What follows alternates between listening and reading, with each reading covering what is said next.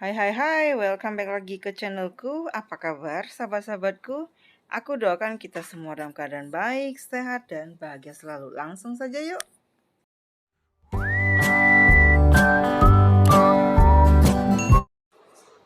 Tegas akan diri sendiri, buang pikiran negatif, dan lakukan yang terbaik. Kali ini aku mau buat sifon ketan hitam ya. Jadi bahannya ada 9 butir telur yang akan dipisahkan antara kuning telur dan putih telurnya. Ya, seperti biasa ya, membuat sifon telurnya itu harus dipisahkan. Dan juga bahan berikutnya, karena kita mau buat sifon ketan hitam, jadi di sini ada 172 gram tepung ketan hitam yang dimix dengan 60 gram tepung protein sedang boleh, rendah juga boleh.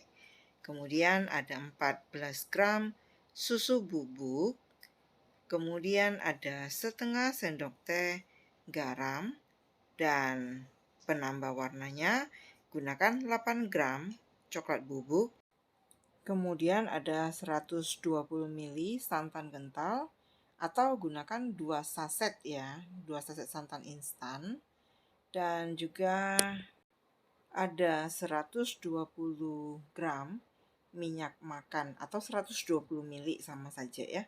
Kemudian untuk adonan putih telurnya ada setengah sendok teh cuka apel, kemudian ada gula pasirnya 110 gram plus yang 9 butir putih telur yang nanti akan aku pisahkan. Di sini udah aku pisahkan 9 butir kuning telur. Dan untuk adonan A atau adonan pasta ini kita tidak perlu pakai mixer, cukup pakai balon bis seperti ini. Kemudian masukkan santannya.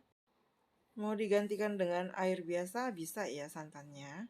Kemudian tambahkan garamnya ya. Jadi garam itu dimasukkan ke adonan A-nya ini atau adonan pastanya. Lalu diaduk sampai rata. Lalu masukin tepung terigu, tepung ketan hitam, bubuk coklat, dan juga bubuk susunya atau susu bubuknya yang sudah diayak terlebih dahulu. Karena tepung susu dan tepung coklat atau bubuk coklat itu akan cepat menggumpal karena kandungan fatnya itu tinggi ya. Jadi diayak, kemudian dimasukkan ke adonan A-nya supaya tepungnya ini tidak menggerindil. Nah, ini adonannya seperti ini.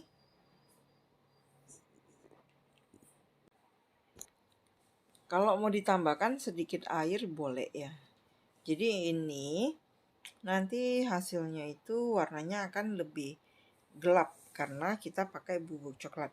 Usahakan pakai bubuk coklat yang memang dark ya, warnanya memang yang gelap. Kemudian masukin minyak makannya, lalu diaduk sampai rata dan sisihkan.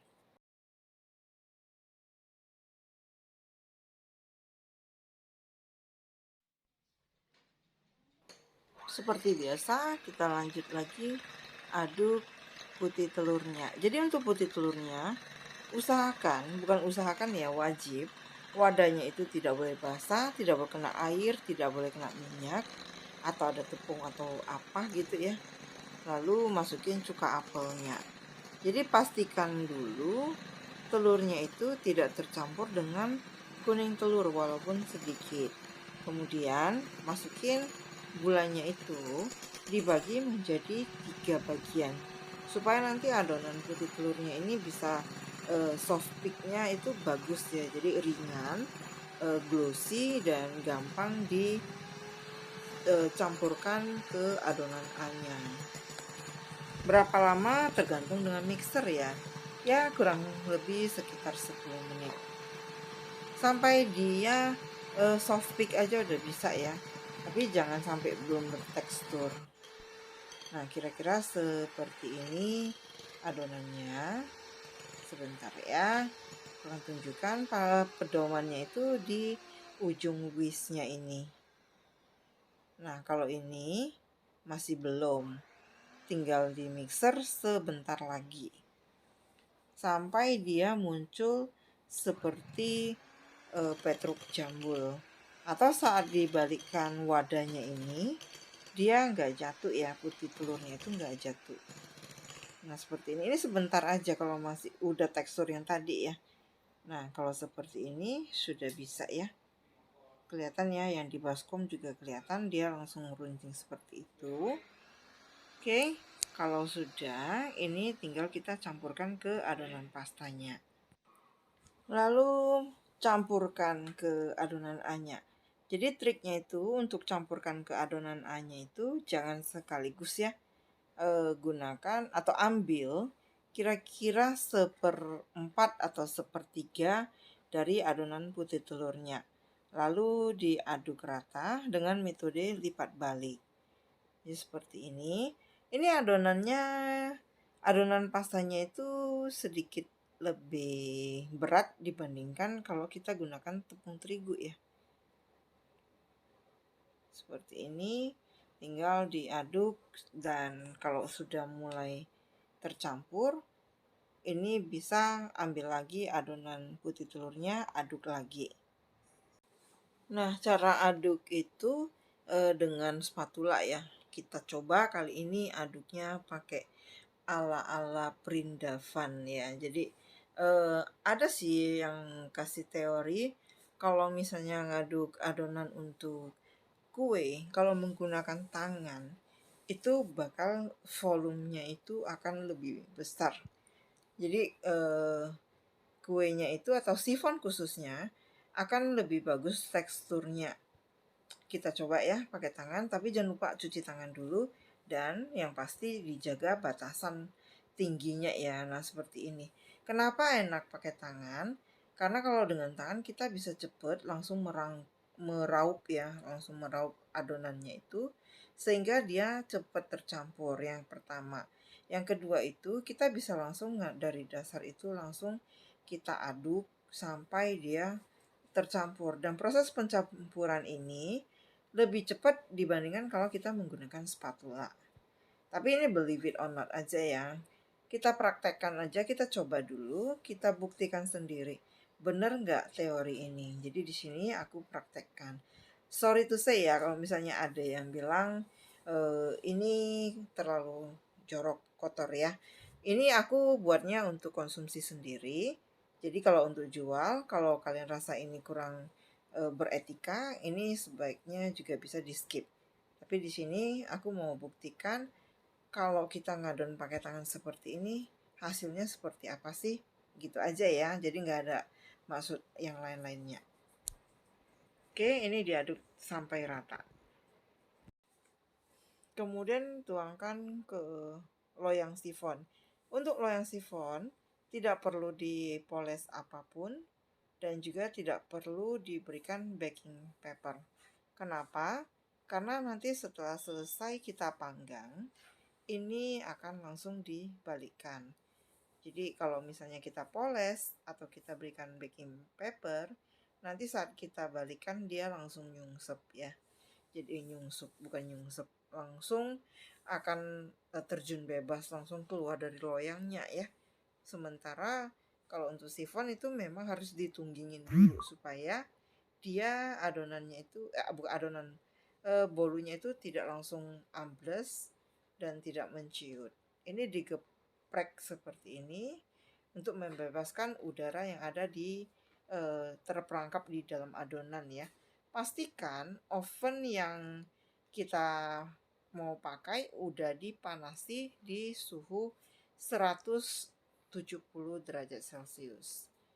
Boleh api atas bawah ya. Jadi ini setelah kurang lebih sekitar 10-15 menit. Jadi tinggal dipantau berapa lama dan suhunya berapa. Itu kenalin oven yang kita pakai masing-masing. Ada oven yang panas, ada oven yang kurang panasnya. Dan berapa lama ya tergantung dengan kekuatan dari oven yang kita gunakan. Jadi diperhatikan aja dan terus dipantau. Nah, kalau sudah selesai, tinggal ditengkurupkan gitu, ditelungkupin seperti ini. Jadi untuk manggangnya berapa lama? Kurang lebih sekitar 1 jam ya. Nah, yang ini udah bisa dibalikkan karena dia sudah dingin ya, udah dingin.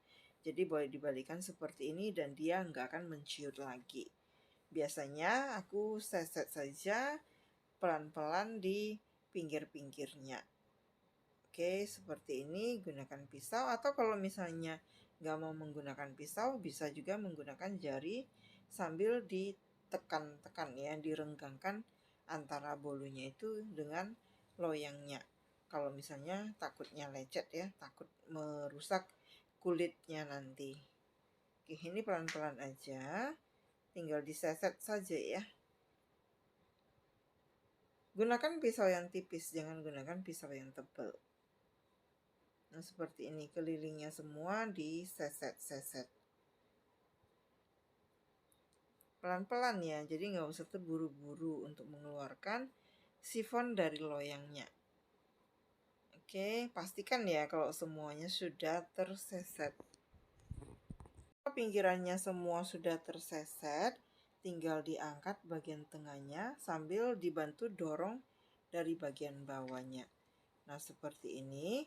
Dan jangan lupa bagian tengahnya juga harus diseset. Kalau nggak diseset, nanti juga susah lepasnya.